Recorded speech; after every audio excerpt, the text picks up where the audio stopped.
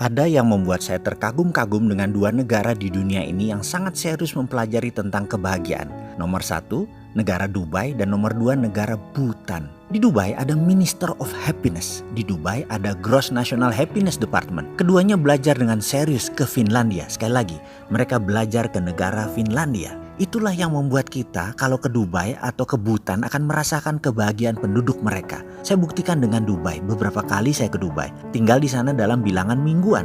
Saya betah abis. Happy aja bawaannya. Saya mendadak menjadi terobsesi mempelajari lebih jauh tentang happiness dan produktivitas. Ini semua setelah saya pulang dari Finland dan saya pulang dari Dubai. Saya teringat sebuah survei psikologi yang dilakukan oleh Narapati, perusahaannya Mas Kirli, dalam setiap kunjungan di berbagai perusahaan di Jabotabek. Terhadap lebih dari 100 perusahaan yang dia survei. Ada lembaga pemerintahan, ada BUMN, ada perusahaan swasta. Ini dilakukan beberapa tahun yang lalu. Dan apa yang disurveinya? Yaitu yang disurvei adalah apa hubungan dengan naik gaji dengan produktivitas? Apa hubungan naik pangkat dengan produktivitas? Dan beberapa unsur yang membuat produktivitas seseorang naik.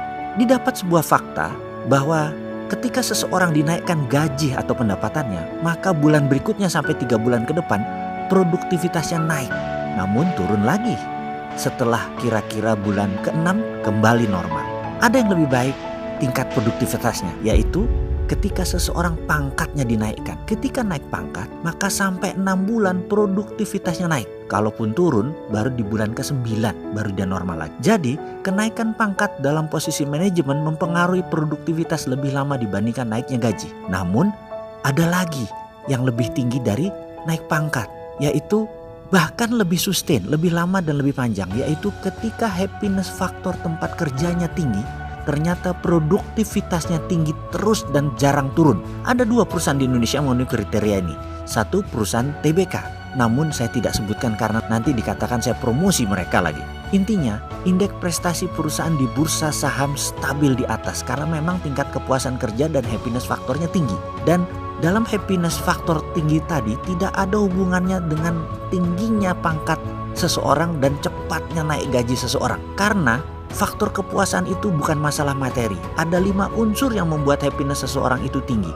Dan bukan karena urusan uang kuncinya, tapi urusan kejiwaan seperti kejujuran dan keterbukaan. Hubungan manusiawi sesama peer, yaitu karyawan, atasan, dan bawahan yang ngomong dan lain sebagainya, itu mempengaruhi produktivitas. Sehubungan dengan itu semua, ternyata kunci happiness faktor perusahaan tadi semua dimulai dan dirancang dari rumah. Ya, bukan urusan kantor tempat bisnis yang hanya 8 jam sehari, namun dari rumah, karena sisa waktu ditentukan bukan hanya 8 jam yang di kantor tadi, tapi yang 16 jam adalah di luar kantor. Itu ditentukan. Ketika di cover 24 jam, diperhatikan semua unsur di mana seseorang tinggal, ternyata di sanalah happiness itu berasal. Lalu sekali lagi, saya kok ingin membangun komunitas bahagia ya? Komunitas bahagia yang berbasis kejujuran. Saya yakin kemakmuran tercipta dengan kebahagiaan. Karena menurut saya bukan kemakmuran sumber kebahagiaan, tapi kebahagiaanlah sumber kemakmuran.